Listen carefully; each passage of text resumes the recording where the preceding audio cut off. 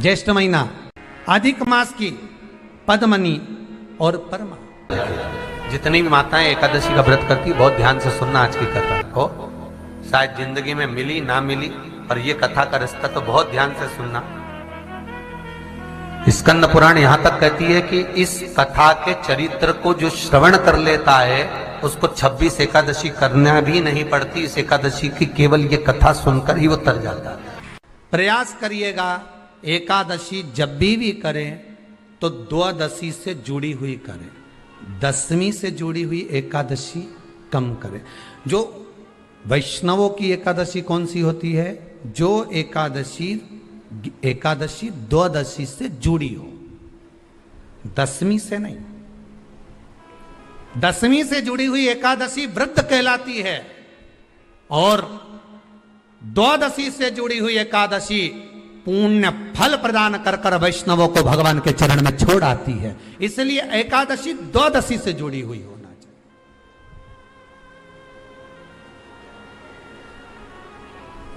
अब कई लोग क्या करते हैं, जो दसवीं से जुड़ी हुई एकादशी रहती है ना, उसको करते। पर वैष्णवों की जो एकादशी मान्य है, वैष्णव धर्म की जो एकादशी होती है वो द्वादशी से जुड़ी हुई होती है, वह 12 से जुड़ी हुई होती है, द्वादशी से जुड़ी होना चाहिए महाराज। तो वो वैष्णव जो एकादशी होती है, वैष्णवों की एकादशी होती है, वो द्वादशी से जुड़ी हुई पूर्णता का सुख देने वाली होती है। हमें घटने के साथ नहीं चलना, ध्यान दीजिएगा। हमें किसके साथ चलना है? बढ़ने के साथ, क्योंकि हमको आगे बढ़ना है कि पीछे आना है। वैष्णव आगे बढ़ता है, वैष्णव का धर्म है कि अग्रण्य भाव में चले। इसलिए वैष्णवों की जो एकादशी होती है वो आगे की ओर जाती है, अग्रण्य भाव में बढ़ने वाली, द्वादशी की ओर प्रवेश करने वाली। अर्थात हमारे कदम उन्नति की ओर बढ़े, हमारे कदम आगे वैभव की ओर बढ़े, संपदा की ओर बढ़े और भगवान के चरणारविंद की ओर बढ़े, ना कि पीछे की ओर हटे। हम दसवीं के साथ मिली हुई एकादशी ना करें, हम द्वादशी के साथ मिली हुई एकादशी। एकादशी ने भगवान विष्णु से कहा, नाथ प्रभु वर दे दो, मृत्यु लोक में जो मनुष्य मेरा व्रत करेगा, चाहे जलचर, थलचर, वायुचर या सांसारिक मनुष्य, मेरा अगर एकादशी का व्रत करेगा, प्रभु उसके यहां धन धान्य वैभव सुख संपदा बढ़ेगी और उस जीवात्मा को नरक नहीं भोगना पड़ेगा, सीधे वैकुंठ का उसको वास मिलेगा। जब जीव आत्मा को लेकर चला जाएगा, यम के दूत जब बंदी बनाकर ले जा रहे होंगे उस जीवात्मा को, जिसके प्राण छूटे होंगे, यम के दूत जब बंदी बनाकर ले जा रहे होंगे, तब मुझे वर दो कि मैं इसका हाथ पकड़कर बेतन्नी से पार उतार कर सारे नरकों से निकालती हुई आपके धाम में लेकर आऊं। भगवान ने वर दे दिया, तथास्तु। हे एकादशी सुनो, मृत्यु लोक का मनुष्य अन्न का त्याग कर कर, क्योंकि अन्न में एकादशी के दिन पाप पुरुष रहता है, अन्न का त्याग कर कर एकादशी के दिन जो मनुष्य तुम्हारा व्रत धारण करेगा, उस व्रत को करेगा और उस व्रत को धारण करेगा, उसकी मनोकामना पूर्ण होकर वो मेरे ही धाम को जाएगा। एकादशी के दिन जब आप जल शंकर को चढ़ाने तो रोज ही जाते हैं। जब एकादशी का दिन रहे और शंकर जी के मंदिर में आप जल समर्पित करें तो 3 बार मुख से स्वधा स्वधा स्वधा या स्वधा स्तोत्र का पाठ, जिसमें 12 श्लोक। 2 चीजों को याद रखिए, गौदान और एकादशी। श्रीमद वल्लभाचार्य जी ने मायावत का खंडन करा था जगन्नाथपुरी में, और श्रीमद वल्लभाचार्य जी ने कहा था एकादशी मरने के बाद मत दो, एकादशी जीते जी दो। कहा था कि नहीं कहा था? जीते जी दान करिए। इसलिए जगदीश में, जगन्नाथपुरी में एकादशी उल्टी लटकी हुई है। करें आपने दर्शन? जगदीश में एकादशी को उल्टा लटकाया, क्यों? क्योंकि वल्लभ ने कहा कि एकादशी जीते जी दो। कई पंडितों कहते हैं तुम्हारे दादाजी मर गए, जब 12वें का दिन होता है ना तो पंडित जी संकल्प छुड़ाते हैं, दो एकादशी। बड़े बेटे ने 5 दे दी, छोटी बहू ने 3 दे दी, उसने 2 दे दी, उसने 2 दे दी, तो क्या तुम्हारे दादाजी भिखारी थे जो तुम्हारी एकादशियां लेकर जाएंगे? और तुम कौन होते हो दादाजी को एकादशी देने वाले? तुमने कौन सा इतने पुण्य कर लिए जो तुमने एकादशी दे दी? एकादशी के दान की महत्वता श्रीमद् वल्लभाचार्य जी ने कहा कि कोई व्यक्ति अगर खटिया पर सड़ रहा है, पलंग पर तड़प रहा है, हॉस्पिटल में पड़ा हुआ है, तो निवेदन है कि उसको देखने जाओ तो अपनी करी हुई एकादशी में से 2 एकादशी का दान उसको तुरंत दे दो। क्यों? तो जिससे उसको मोक्ष मिल जाए, मरने के बाद नहीं। क्योंकि मरने के बाद तो वो 10वें के दिन, गरुड़ पुराण में लिखा है 10 दिन तक जीवात्मा घर की अटारी पे रहती है। कितने दिन? 10 दिन। 10 दिन के बाद जीवात्मा चली जाती है। कहां जाती है? उसको जहां जाना है। 3 दिन में उसको भोग भोगना पड़ता है जीवात्मा को। 3 दिन नरक का भोग भोगती है, उसके बाद स्वर्ग का भोग भोगती है। 18 दिन में ये प्रोसेस पूरी हो जाती है। कितने दिन? 18 दिन। 18 दिन के बाद में उस जीवात्मा को धान के खेत में पटका जाता है। किसके खेत में? धान के, चावल के खेत में। इसलिए कहते हैं एकादशी के दिन चावल मत खाओ। कहते कि नहीं कहते? और क्या कहते हैं? द्वादशी के दिन चावल खाना जरूरी है। एकादशी का पालना करना है तो द्वादशी को चावल का 1 ग्रास खाओ, तब द्वादशी को चावल खाओगे तो एकादशी लगेगी। चावल नहीं खाओगे तो एकादशी नहीं लगेगी। द्वादशी को चावल खाना जरूरी है। क्यों कहते हैं? क्योंकि धान के खेत में जीव को छोड़ा जाता है, उस धान के खेत में, चावल के खेत में जीवात्मा रहती है। उसको चिड़िया खाती है तो चिड़िया के रूप में जन्म लेता है, मनुष्य खाता है तो मनुष्य के रूप में जन्म लेता है। इसलिए एकादशी के दिन चावल नहीं खाया जाता, क्योंकि एकादशी के दिन हम चावल खाएंगे तो जीव हत्या का दोष लग जाएगा।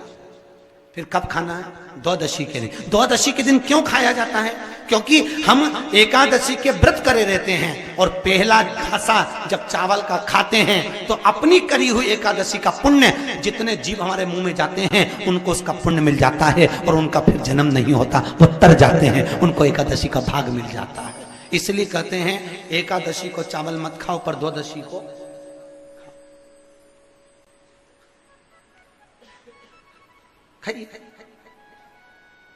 10 दिन तक जीवात्मा है। और आपने एकादशी कब दान दी? बोलो जम के। 12वें के दिन, 13वें के दिन आपने एकादशी का दान दिया, वो मिली उनको? अरे बोलो अच्छे से। कई तो अभी तक कर रही होगी, हमारे दादाजी के निमित्त की कर रहे हैं, कर ले। फिर वही वाली बात आ गई, गुलाब के फूल में पानी जारी है। किसी भी मंदिर में, मंदिर ना हो तो अपने घर के मंदिर में शाम के समय पर उस तुलसी की लकड़ी का दिया भरकर उसमें घी डालकर जो दीप प्रकट कर देता है, जला देता है, दीप को प्रज्वलित कर देता है, उसके घर में कभी संपदा की कमी नहीं होती। महाराज, विष्णु पुराण में स्पष्ट लिखा है। पैसा तो आ रहा है पर घर में टिक नहीं रहा। डॉक्टर में, पुलिस में, एक्सीडेंट आदि में, कहीं गलत जगह पर, व्यसन में अगर पैसा जा रहा है, जुए में, मांसाहार, मदिरा पान, या कहीं आया पैसा आने में कमी नहीं, आ रहा है पर टिक नहीं रहा, रुक नहीं रहा।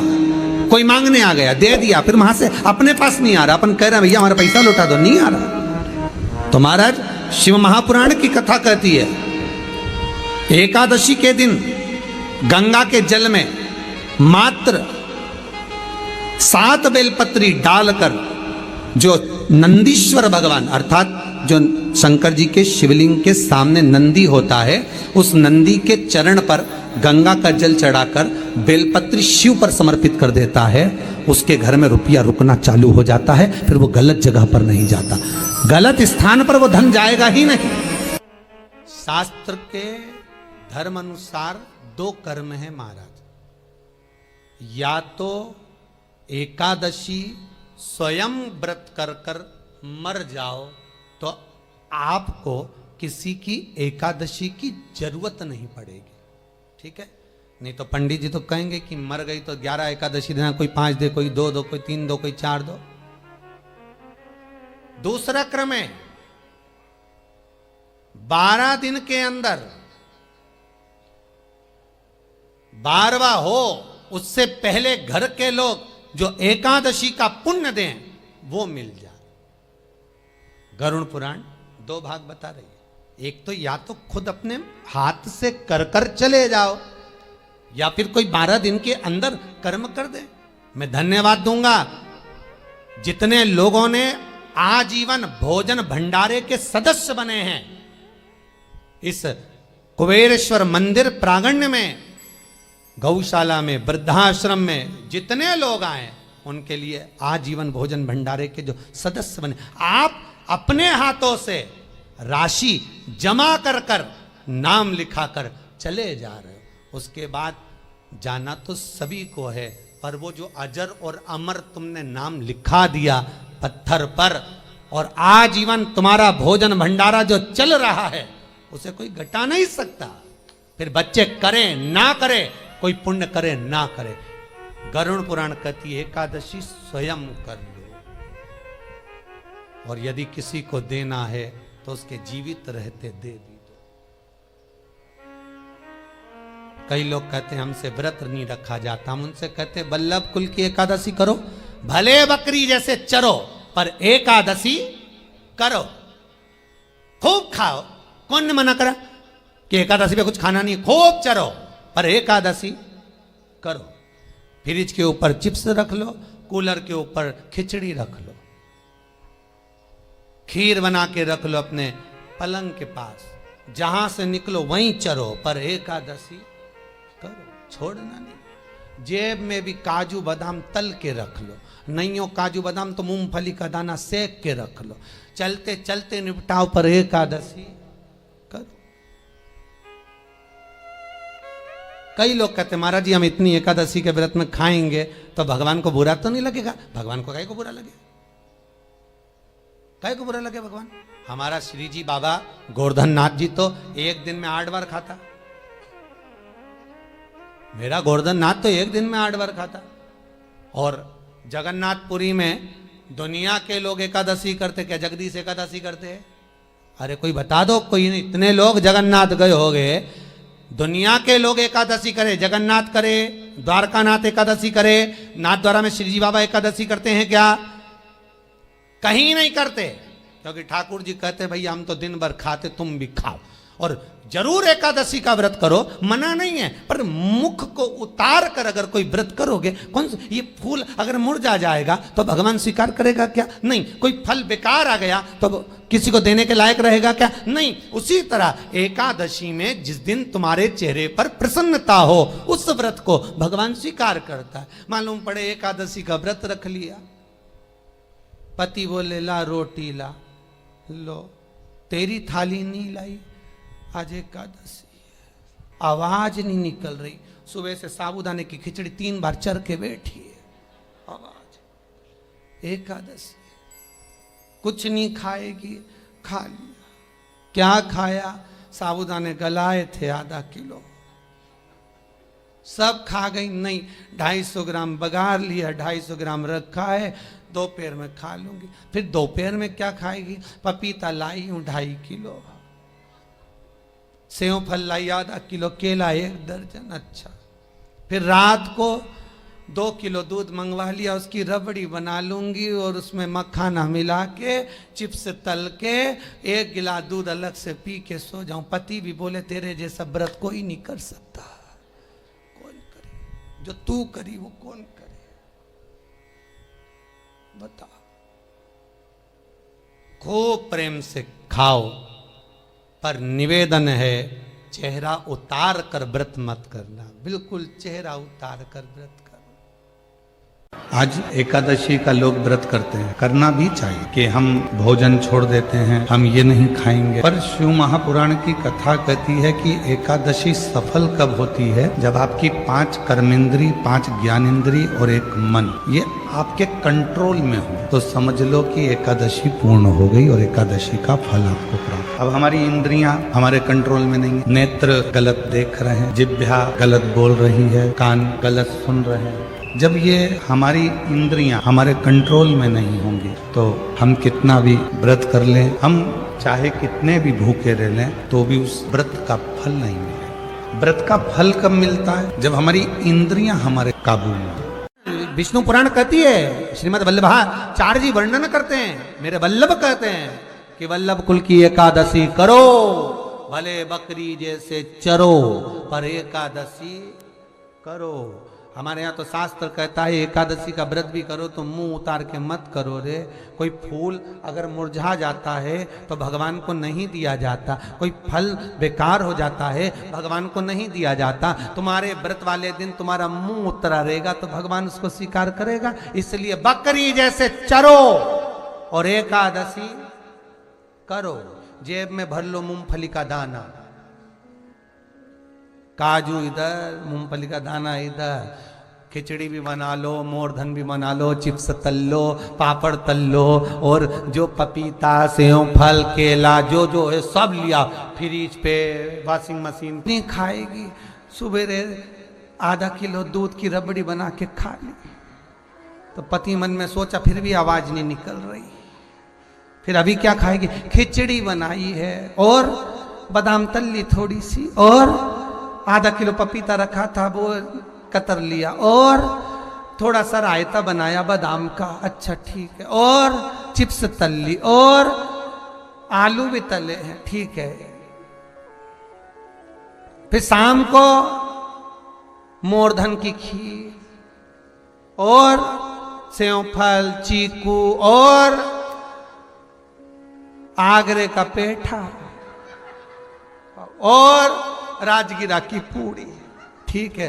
फिर रात को अभी आधा किलो दूध मंगवाई, थैली गरम करके उसमें थोड़ी सी ड्राई फ्रूट्स डाल के मखाना पीस के उसकी खीर बना लो, बस केवल खीर नहीं, पपीता रखा है। पति भी बोला तेरे जैसा व्रत तो दुनिया में कोई नहीं। दंडवत है ऐसी एकादशी माता को जो इतनी जोरदार एकादशी करी है। फिर पूछा किसने बताई? सियोर वाला महाराज, याद रहेगा।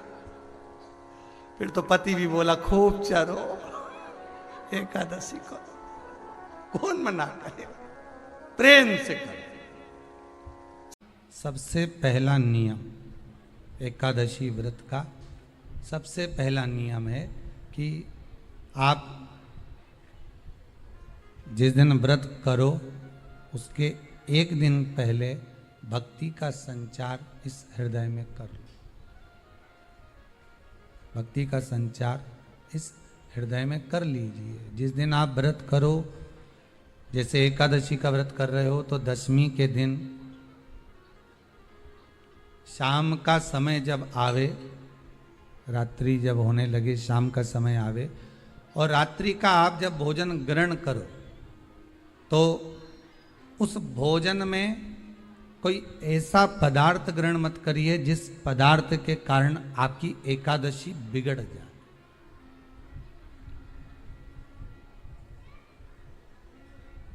कोई बेकार भोजन हमें ग्रहण नहीं करना, श्रेष्ठ भोजन ग्रहण करिए दशमी के। और एकादशी का दूसरा नियम बहुत ध्यान से सुनिएगा। जिस दिन आपकी एकादशी का व्रत हो उस दिन प्रयास करिएगा कि अपने हाथ से किसी भी वृक्ष की कोई पत्ती टूटे ना।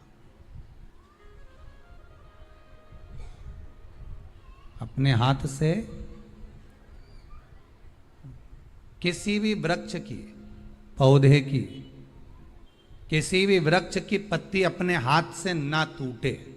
बहुत ध्यान दीजिएगा महाराज। एकादशी का ये दूसरा नियम है कि अपने हाथ से किसी पौधे की, किसी वृक्ष की, किसी डाली की कोई पत्ती टूटे ना, कोई पत्ती ना टूटे, इसका प्रयास करिए।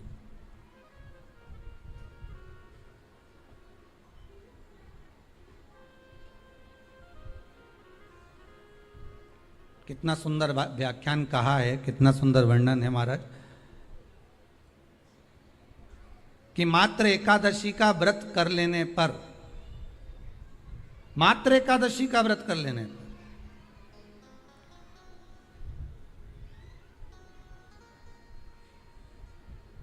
जो पूर्व में किया गया हमारा पाप कर्म है, हमने किसी जीव की हत्या करी है, हमने किसी को कष्ट प्रदान करा है, हमने किसी को अपशब्द कहा है, हमने किसी को ताने दिए, हमने किसी को आड़ा टेढ़ा कहा है, हमने किसी को गालियां दे दी है, मात्र एकादशी का व्रत ही कर लेने पर ये सारे जो दोष हैं वो समाप्त हो जाते हैं।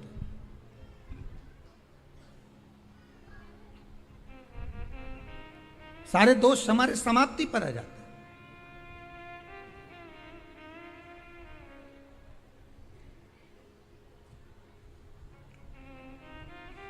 अब एक विचार करिएगा थोड़ा सा अपने मन में, अपने चित्त में, अपनी वृत्ति में एक बात उतारिएगा। एक अपने मन में एक बात को उतार कर रखिएगा कि आप अपने पाप को, अपने पाप कर्म को जिस दिन छिन्न करने वाले हो, समाप्त करने वाले हो, अपने पाप को आप जिस दिन समाप्ति पर लेकर जा रहे हो, तो उसके एक दिन पहले आपको प्रसन्नता होना चाहिए कि नहीं होना चाहिए कि कल मेरा पाप कटने वाला है, कल मेरा पाप समाप्त होने वाला है, जो मैंने पाप कर्म करा है वो समाप्त होगा, जो मैंने पाप कर्म करा है वो कल समाप्त हो जाएगा। तो एक दिन पहले आपके चेहरे पर प्रसन्नता हो कि ना हो?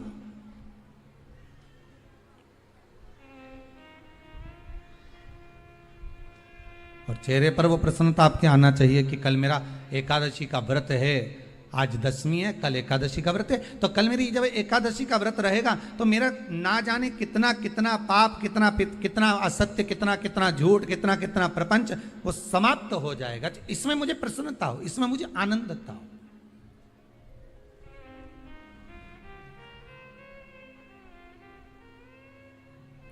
तो क्या कहा गया कि प्रयास करिएगा कि एकादशी के दिन कोई वृक्ष की, कोई डाली की, कोई कोपल की कोई पत्ती ना तोड़ी जाए।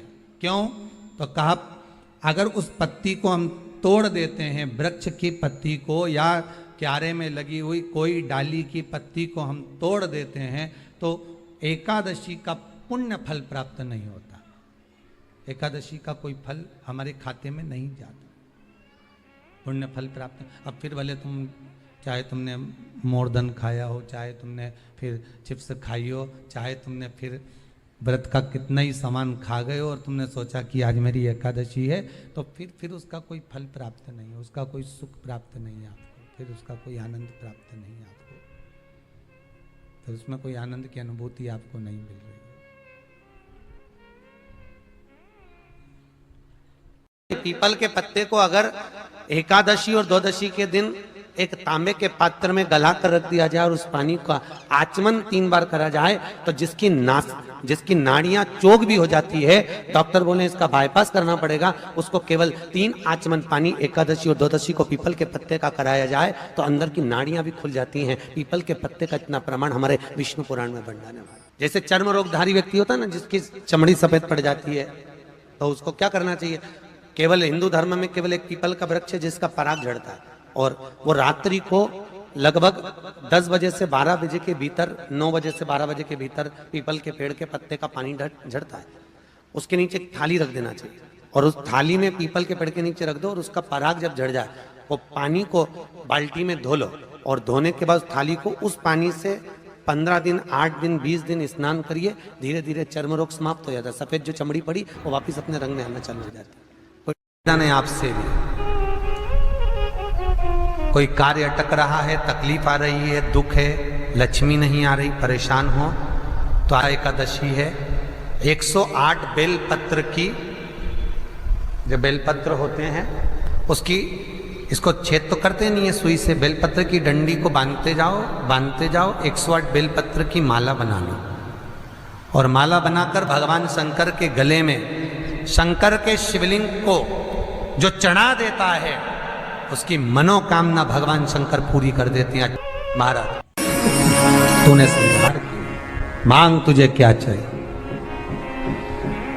एकादशी ने भगवान विष्णु से कहा, नाथ प्रभु वर दे दो, मृत्यु लोक में जो मनुष्य मेरा व्रत करेगा, चाहे जलचर, थलचर, वायुचर या सांसारिक मनुष्य, मेरा अगर एकादशी का व्रत करेगा, प्रभु उसके यहां धन धान्य वैभव सुख संपदा बढ़ेगी, और उस जीवात्मा को नरक नहीं भोगना पड़ेगा, सीधे वैकुंठ का उसको वास मिलेगा। जब जीव आत्मा को लेकर चला जाएगा, यम के दूत जब बंदी बनाकर ले जा रहे होंगे उस जीवात्मा को, जिसके प्राण छूटे होंगे, यम के दूत जब बंदी बनाकर ले जा रहे होंगे, तब मुझे वर दो कि मैं इसका हाथ पकड़कर बेतन्नी से पार उतार कर सारे नरकों से निकालती हुई आपके धाम में लेकर आऊं। भगवान ने वर दे दिया, तथास्तु। हे एकादशी सुनो, मृत्यु लोक का मनुष्य अन्न का त्याग कर कर, क्योंकि अन्न में एकादशी के दिन पाप पुरुष रहता है, अन्न का त्याग कर कर एकादशी के दिन जो मनुष्य तुम्हारा व्रत धारण करेगा, उस व्रत को करेगा और उस व्रत को धारण करेगा, उसकी मनोकामना पूर्ण होकर वो मेरे ही धाम को जाएगा। ये तो हुआ एकादशी के जन्म की कथा। नहीं, एकादशी है कौन, क्यों इसकी इतनी प्रधानता है, क्यों इसकी पुण्यता है, ऐसा क्या है एकादशी में जो इसकी पुण्यता मानी जाए? कौन है ये जो भगवान नारायण तक एकादशी का व्रत करते हैं? सुभद्रा जी को भगवान जगन्नाथ ने, जगदीश ने एकादशी का व्रत कराया था। बद्रीनारायण भगवान को माता लक्ष्मी ने एकादशी का व्रत कराया था। क्यों? चंद्रायण एकादशी व्रत की माता। एकादशी है कौन? तो कहा जिसको व्रत करने पर भगवान नारायण भी जिसका व्रत करते हो, भगवान माता लक्ष्मी जिसका व्रत करती हो, वो एकादशी है कौन? तो शास्त्र वर्णन करता है महाराज, स्कंद पुराण का सुंदर चातुर्मास्य खंड के अंतर्गत वर्णन आया है महाराज। एक बार भगवान विष्णु आनंद में विराजमान थे, पद्मावती और माता लक्ष्मी दोनों उनके पास में विराजी हुई थी। भगवान लक्ष्मी और पद्मावती दोनों बैठी, एक सिर के पास, एक चरण के पास। कुछ समय बाद वहीं पर ब्रह्मदेव का आगमन हुआ और ब्रह्मा जी आगमन पाकर भगवान नारायण पद्मावती से लगकर उठे और उठकर लक्ष्मी की ओर झुके। झुकने पर इन तीनों के समागम से भगवान नारायण के हृदय चित्त से एक कन्या प्रकट हो गई। उस कन्या का नाम एका था। क्या नाम था? एका। अब 10 उसके गुण इतने प्रबल थे, वो 10 गुण उसके बड़े प्रबल थे कि वो एका जिसको निहारती थी उसको संपदावान बना देती थी, जिसको देख लेती थी उसके जीवन में वो आनंद की अनुभूतियां करा देती थी। एका जिस मार्ग से जाती थी उस मार्ग के द्वार खोल देती थी। एका का पुण्य इतना पुण्य प्रखर। पद्मावती और लक्ष्मी ने कहा महाराज